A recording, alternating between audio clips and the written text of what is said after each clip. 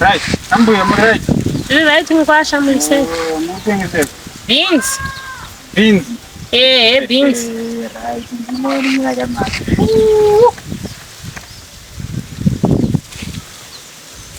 Imari go beans. $5. $5.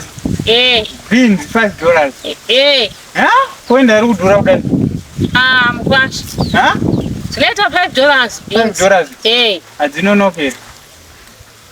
Kuiba dzinonoke. Inoiba nenguva yakare basi. 2 hours dzaiba idzi. Kwaenda dzikudhura beans enyu. Yakati beans $5 nezvamuri. Hai mambo ya nyima makadzakwa. Mimi beans dzamukutaura ndedzipi kongwacha? Beans mamuchifungidzira dzipi? Ka beans kanditi dzinoita $5. Beans here kana kuti beans? Beans. Beans dzekudya. Aiwa naifudza mukuru wa beans. Woimwa. Unongoti kudyako.